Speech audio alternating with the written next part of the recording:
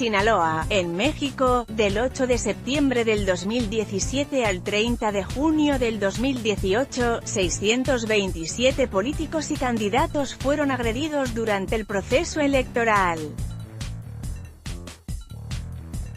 Intimidaciones, amenazas, asaltos, secuestros e incluso asesinatos vulneraron la democracia del país, de acuerdo con el sexto informe de violencia política en México, creado por la consultoría Telect.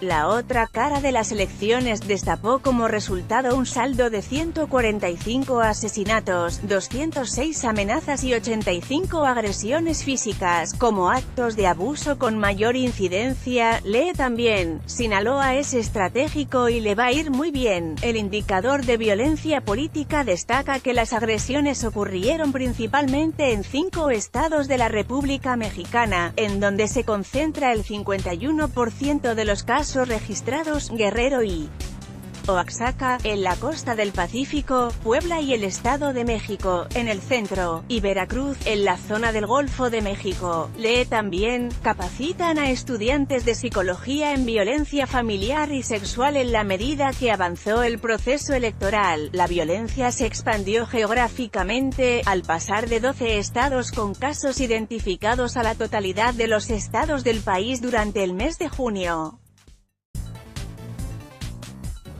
En el mismo contexto, pero con corte al 26 de junio, el estudio realizó además un comparativo de asesinatos contra políticos y candidatos durante las elecciones federales del 2012 y del 2018, así como los homicidios dolosos registrados durante la misma fecha.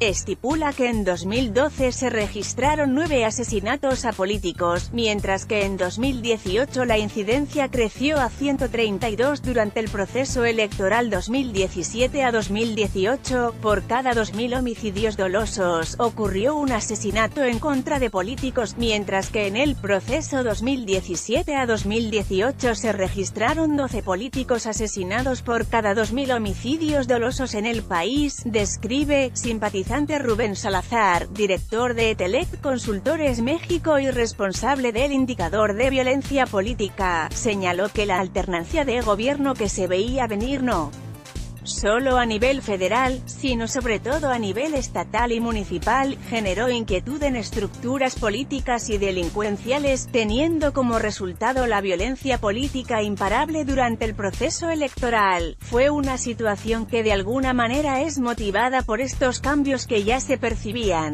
Por eso la violencia comenzó a crecer muchísimo, y fue la parte final de las campañas donde se registraron, tan solo en la semana del 30 de junio del 103 agresiones, mencionó el especialista.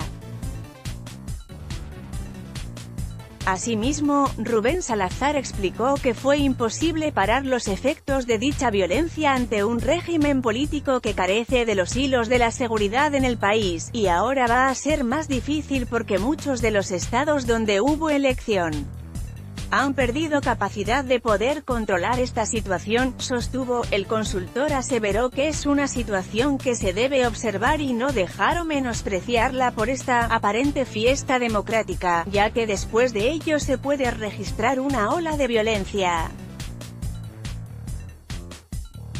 Respecto al trabajo en dicha materia, opinó que el candidato ganador de las elecciones presidenciales, Andrés Manuel López Obrador, debe definir una estrategia centralizada de mando único y borrar la estrategia de 32 mandos de coordinación que se tiene con Enrique Peña Nieto. El problema, dijo, es que López Obrador entra hasta el 1 de diciembre, entonces todo este periodo podría provocar una violencia en el país muy elevada en términos de homicidios dolosos, también de violencia política, en contra de funcionarios electos, no electos, policías, funcionarios menores, autoridades.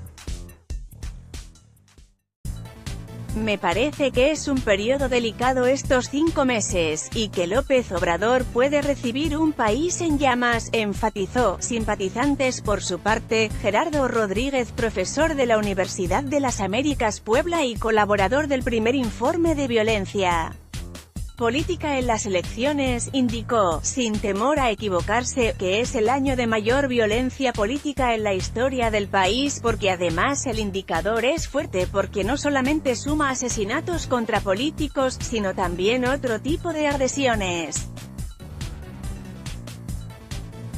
Causar temor en la mente de los adversarios no solamente se logra asesinando a tus enemigos políticos, sino también amedrentando a la familia, a los equipos de campaña, a expolíticos también vinculados con campañas políticas, grupos políticos, explicó el académico investigador. Agregó que prácticamente 3 de cada 5 actos de violencia contra políticos fueron en municipios o eran políticos locales municipales, motivados por buscar el control de los espacios políticos para controlar áreas de rentas económicas legales e ilegales.